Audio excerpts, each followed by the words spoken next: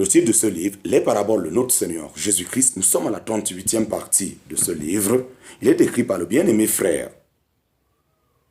Christian Brandt. Nous sommes au chapitre 4, suite. Chapitre 4, suite.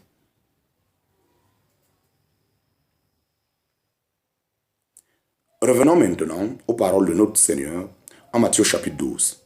Il avait chassé le démon qui avait asservi le possédé, aveugle et sourd. Le diable avait habité dans cette personne, dans cette maison. Combien cela est terrible et entièrement opposé à la maison du croyant chrétien.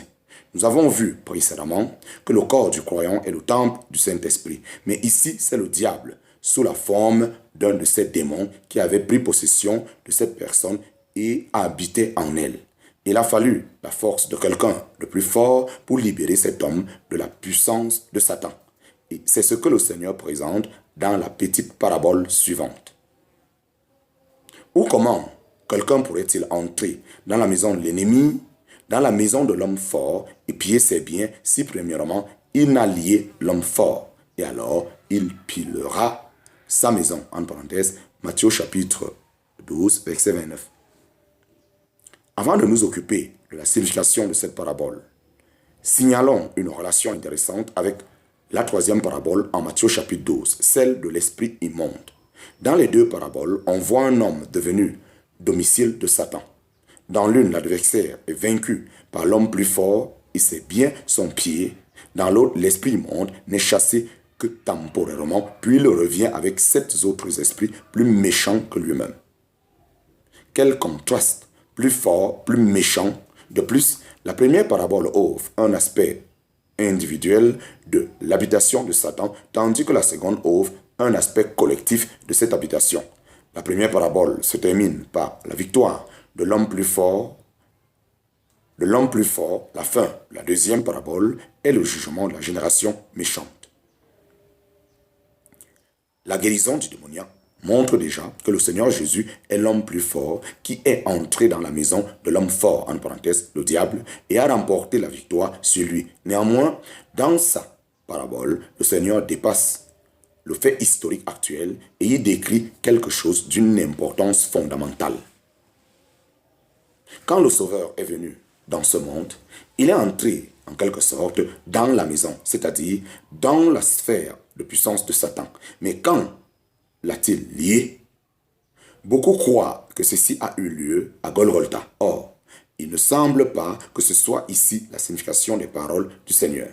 Elle semble beaucoup plus viser ses tentations par le diable au désert. Après son baptême au Jourdain, Jésus a été reconnu par le Père comme son Fils bien-aimé après que l'Esprit de Dieu soit descendu sur lui comme une colombe. En parenthèse, Matthieu chapitre 3, versets 16 à 17. Ensuite, il a été tenté par le diable dans le désert pendant plus de 40 jours.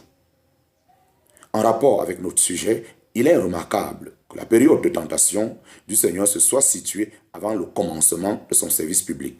L'intention de l'ennemi était de faire sortir le Fils, si c'était bien lui, de la position de serviteur qu'il avait prise volontairement. L'intention de l'ennemi était de faire sortir le Fils, si c'était bien lui, de la position de serviteur qu'il avait prise volontairement. Mais tous les efforts du diable de le faire sortir de la position d'obéissance et de dépendance de son Père ont été vains. C'est justement par cela que Christ a lié Satan pour pouvoir ensuite piller ses biens pendant son service sur cette terre. Oui, lui a passé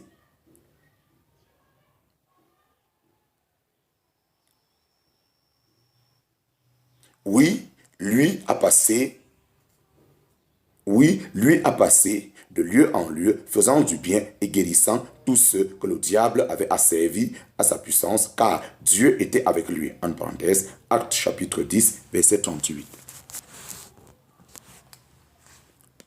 Sur la croix de Golgotha, le Seigneur n'a pas simplement lié l'homme fort, mais il l'a vaincu.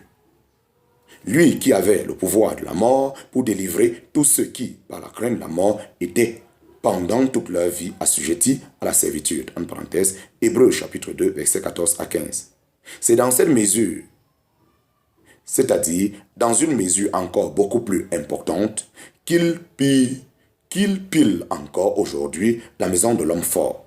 Et il le fera encore plus tard au temps du royaume de la paix, quand Satan aura été jeté dans l'abîme. Quel bonheur, bien-aimé, de ne plus faire partie des biens de Satan, mais d'appartenir à celui qui, en tant qu'homme plus fort, a lié l'homme fort et l'a vaincu, même si dans ce passage, il n'est pas parlé de l'œuvre nécessaire pour cela. Nous connaissons et louons celui qui l'a accompli pour nous. Chapitre 4, petit 6, l'esprit immonde. Chapitre 4, petit 6, l'esprit immonde. Matthieu chapitre 12, versets 43 à 45. La parabole de l'esprit immonde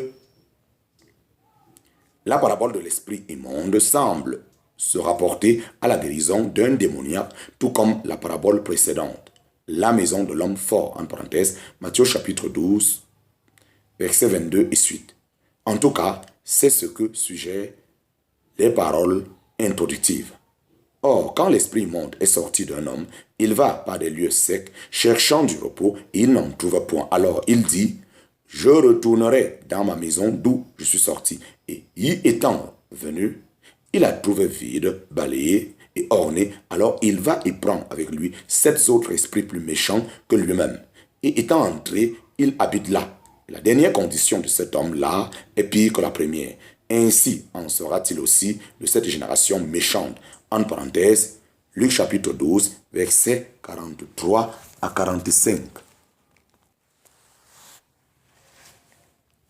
Toutefois, le Seigneur n'a pas prononcé cette parabole directement à la suite d'un miracle opéré par lui, comme dans le cas des 2 autres paraboles de ce chapitre. En parenthèse, la brebis dans la fosse et la maison de l'homme fort. Ces 2 dernières servaient à expliquer la signification de ces miracles. Ici, il s'agit, au contraire, de la demande d'une méchante génération de voir un signe.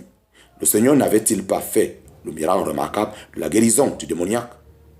Et les pharisiens ne l'avaient-ils pas attribué au diable? Au lieu de croire, ils demandaient encore un autre signe.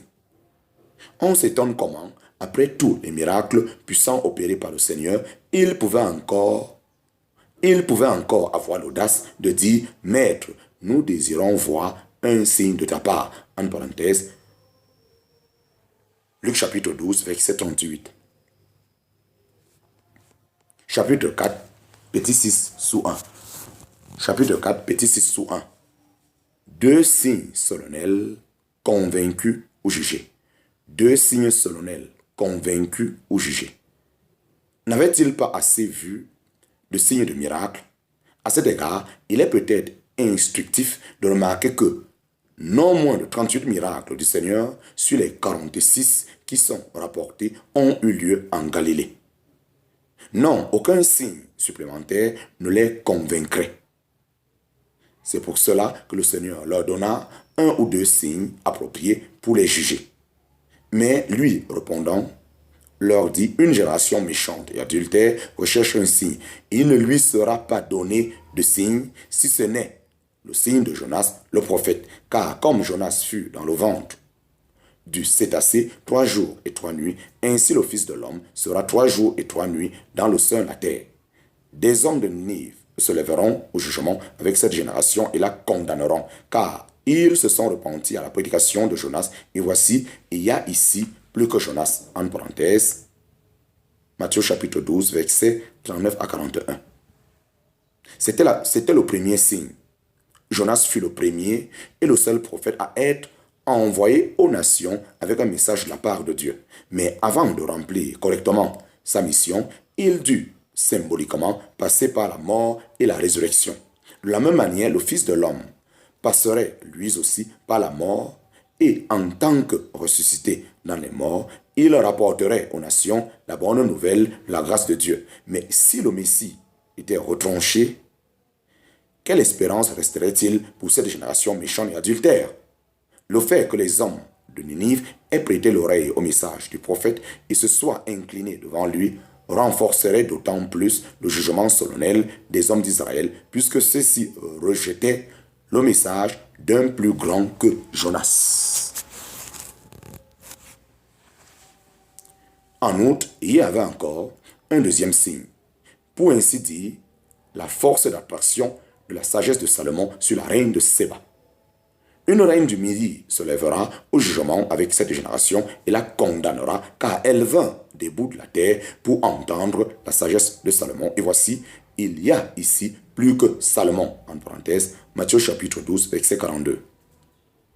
La gloire de cette sagesse, voire 1 Roi chapitre 10, avait suscité dans son cœur quelque chose d'encore plus précieux que la repentance des Ninivites. Elle l'avait amené en présence du grand roi. Et quel en avait été le résultat? Tous les désirs de son cœur furent plus que satisfaits. Et qu'en était-il? Et qu'en était-il maintenant? Quelqu'un d'incomparable, plus grand que Salomon, était au milieu de son peuple et il avait le privilège d'être en sa présence.